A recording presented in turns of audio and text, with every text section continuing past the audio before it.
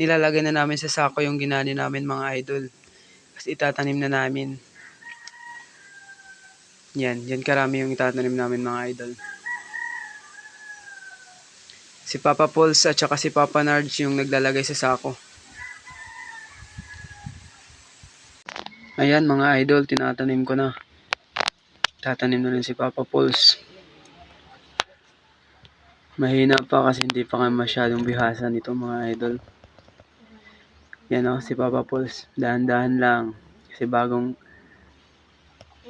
pa lang nagtatanim yan. Pati si Papa Nards bago rin nagtatanim yan. Yung nasa likod ni Papa Pauls, yun yung bihasa mga idol. Tingnan nyo ang bilis oh. At saka yung isa na nasa likod ni Ate Gina na bolog. Yung bihasa.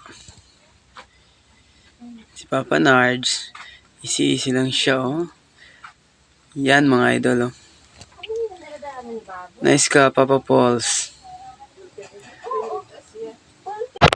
Pagkatapos nag-snack muna kami mga idol.